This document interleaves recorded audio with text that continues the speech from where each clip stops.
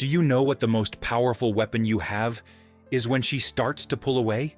Silence, absence, the void you create when you stop begging. I know you've been taught wrong your entire life. They told you that you had to fight for her, show how much you care, chase her to the ends of the earth. A lie. Every desperate message you send, every unanswered call you make, every time you beg for attention, you're digging your own emotional grave, and she can smell your desperation from a mile away. I'm going to tell you a truth no one dares to say. When a woman pulls away and you do absolutely nothing, no blocking, no begging, no chasing, you trigger the most powerful psychological mechanism there is, the attention vacuum. It's like removing the oxygen from a room. Suddenly, she feels that something has changed, something is missing, and that something is you. The real mechanics behind this are brutal and simple. When you chase, you become the prey. When you beg, you become a doormat. When you block in anger, you become a tantrum-throwing child.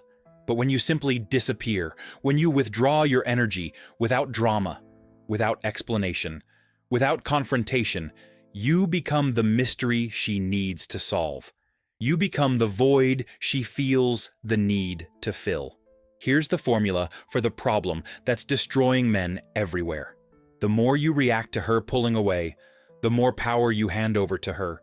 The less you react, the more she questions her own worth. Let me name for you the patterns they use, consciously or unconsciously, and how most men fall for them like ducks in a row. First, the strategic withdrawal. This is when you consciously remove your attention without creating drama. Mariana stopped responding to Carlos's messages quickly. What did he do? He stopped initiating conversations, went to the gym, focused on his work project. 3 days later, she called asking if he was okay, wanting to see him urgently. Second, unwavering personal focus. This is directing all that energy you would spend chasing her towards your own goals. Pedro met Sofia on the app. She would disappear, come back, then disappear again. Instead of constantly checking if she'd viewed his stories, he dove headfirst into the startup he was building. Sofia, used to being the center of attention, started sending long voice messages, suggesting dates, asking about his projects. Third, perceptible scarcity. Your time isn't infinite. Your attention isn't cheap. Clara canceled her date with university professor Andre at the last minute for the 3rd time. He simply replied, "Understood. Let me know when you're sure of your availability.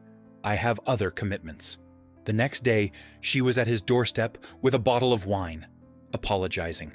Fourth, silent value anchoring. You reinforce your own worth through your actions, not your words. You don't need to say you're busy, be busy. You don't need to say you have options, have options. You don't need to say you have boundaries. Simply don't accept disrespect. Fifth, calibrated reward. When she comes back and shows genuine interest, you reciprocate in kind. No more, no less. If she sent one message, you reply with one. If she suggested a date, you accept if it fits your schedule. No desperation, no excess. Sixth, emotional neutrality. She makes a comment to test you. You respond calmly and change the subject.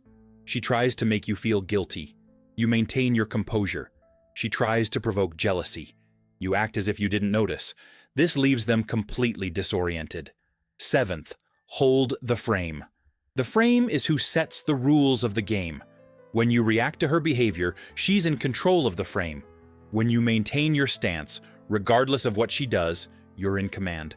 Now, let me tell you about the 32-year-old architect who saved his relationship by doing absolutely nothing. Mariana, his girlfriend, started with that talk about needing space, responding to messages late, canceling dinners. What did our friend do? He focused on the new commercial building project he was designing.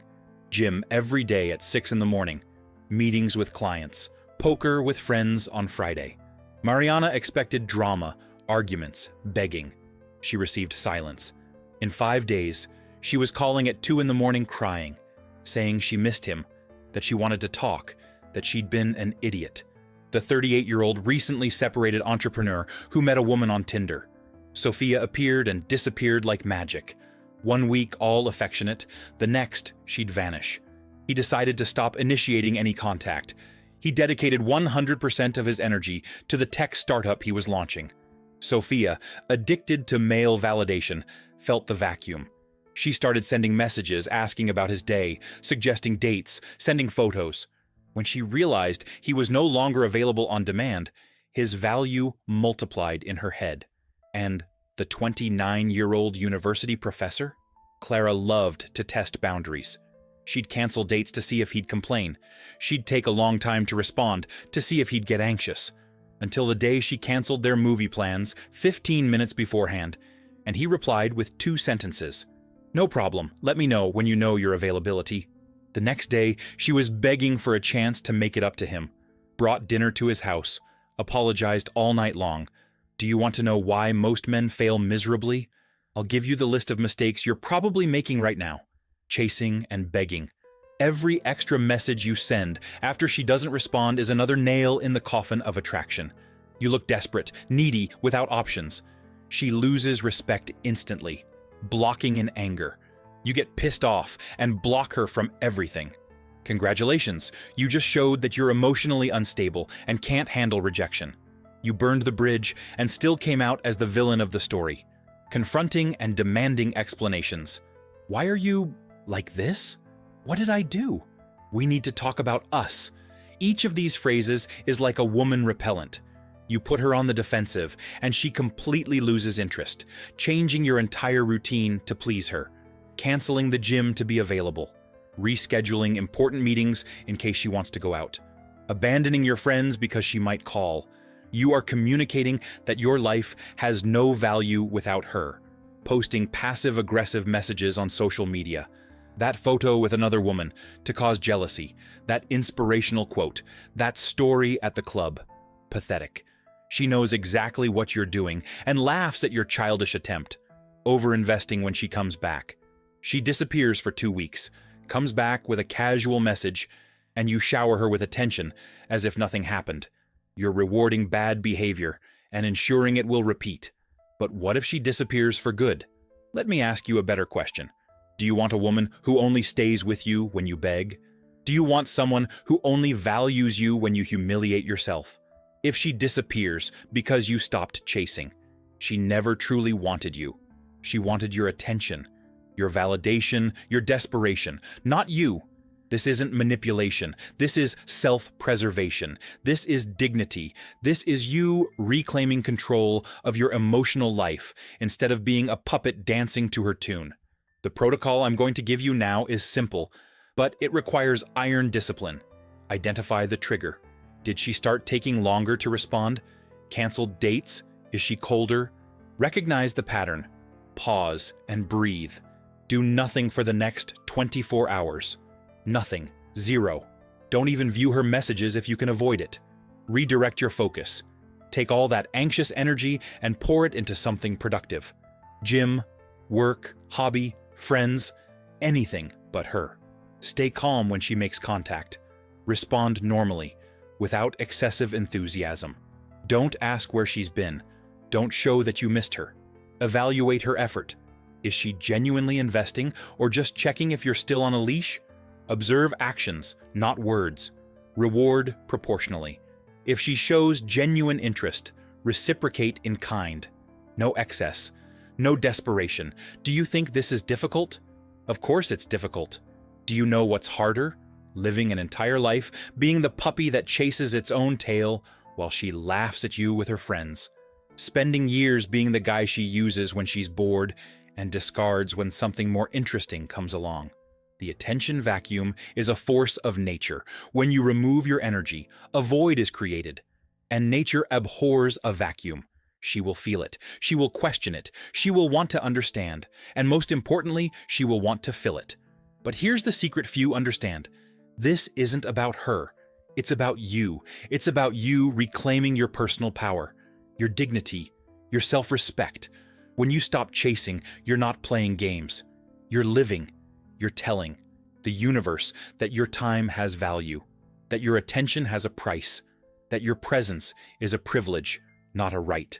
And what if she's going through something genuinely difficult? If it's something serious, she will communicate. Women who value the relationship explain when something real is happening. Those who are just testing your limits stay silent, waiting for you to freak out. An abundance mindset changes everything. When you act knowing that there are other options, when you genuinely believe you deserve someone who values you, when you stop putting her on a pedestal, the game changes. Do you know the irony of all this? The less you chase, the more they want to be chased by you. The less you care, the more they want you to care. The less available you are, the more they want your availability. But some men will read this and still think it's manipulation, that it's a game, that it's dishonest. Let me ask you something. Is it manipulation to value yourself? Is it a game to have a life beyond her? Is it dishonest not to accept crumbs of attention? The frame determines everything. When you hold your frame, you are saying, "This is my reality. These are my rules. This is my value. Accept it if you want." When you break your frame to adapt to hers, you communicate, "I have no self-worth. I mold myself to whatever you want. I am disposable." Internal validation versus external validation. Broken men seek validation in her gaze, in her touch, in her approval. Whole men find validation in their achievements, their values, their journey. Which do you choose to be? Intermittent reinforcement. Do you know why casinos are addictive? Because you don't always win, and you don't always lose. The reward comes unpredictably. When you are always available, always responding, always present, you are predictable, boring, dull. When your attention comes intermittently, calibrated, proportional to her investment, you become addictive. I met a 40-year-old executive. After his divorce, he met a woman 15 years younger, beautiful, charming, and completely inconsistent. One week was pure love. The next, she barely responded to messages. He came to me desperate. He was thinking of selling his car to impress her, of moving cities if she asked. I said, "Stop everything. Now. Focus on yourself." He resisted, but obeyed. He went back to the gym after 2 years of not going. He resumed the MBA he had abandoned. He reconnected with friends he had neglected. 3 weeks later, she was at his office door with tears in her eyes, asking why he had changed, begging to talk, promising to change. He looked at her and said, "I'm busy right now. We can talk over the weekend if I have time." She waited. That weekend, he set the rules. Either she got on his rhythm, or she could find another fool to play with. The choice is yours, and it's now. Every day you spend chasing, begging, reacting, you lose a piece of your soul. Every unanswered message you send, every excuse you accept, every boundary you let be crossed, you die a little inside. Either you take control now, or you'll spend the rest of your life being the puppet that dances to the music, being the clown in someone's emotional circus, being the guy women use and discard. The vacuum you create when you disappear is not empty. It's full of possibilities. It's full of power. It's full of mystery. And they can't resist mystery.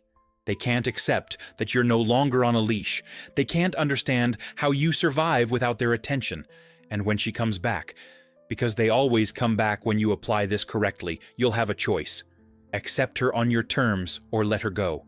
But this time, the choice is yours. The power is yours. The frame is yours. Every minute you spend reading this and not applying it is a minute lost. Every time you think but don't act is a wasted opportunity. Every moment of hesitation is a moment where she wins and you lose. Start now, today, this very moment. Pick up your phone. Look at your last conversation with her. If you were the last to message and she didn't respond with the same investment, stop. Don't send anything else. Nothing. Go do something for yourself. Anything. Push-ups, a run, reading, work. But do something that builds you up, not that chases her. And when that anxiety hits, because it will hit, when that urge to check WhatsApp appears, when the desperation to send just one more message arises, remember, every moment of your silence is a scream in her subconscious. Time is passing. She's out there living her life while you're suffering here for attention. That ends now. Either you become the man they chase, or you continue to be the dog that chases its own tail. In the comments, tell me the last time you acted desperate, the last time you chased, begged, humiliated yourself. And tell me how you would act differently today, now, with what you've just learned. Because tomorrow, when she tests your boundaries again, and she will test them, you'll have two options. React as you always have and get the same mediocre results, or apply the attention vacuum and watch her question everything she thought she knew about you. The choice was always yours. You just didn't know it. Now you do. The question is, what will you do with this knowledge?